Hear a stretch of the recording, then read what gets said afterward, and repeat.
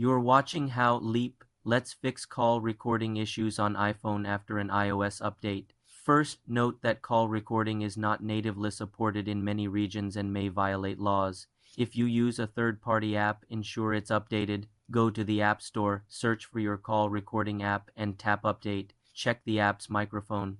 Permissions. Go to Settings, tap Privacy and Security, then Microphone. Make sure your call recording app is toggled on. Restart your iPhone. Press and hold the side button and a volume button, then slide to power off. Turn it back on. You're watching how Leap lets fix call recording issues on iPhone after an iOS update. First, note that call recording is not natively supported in many regions and may violate laws. If you use a third-party app, ensure it's updated. Go to the App Store, search for your call recording app, and tap Update.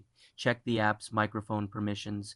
Go to Settings, tap Privacy and Security, then Microphone. Make sure your call recording app is toggled on. Restart your iPhone. Press and hold the side button and a volume button, then slide to power off. Turn it back on. If the issue persists, contact the app support team or try a different app. For more simple tech tutorials, subscribe to the channel.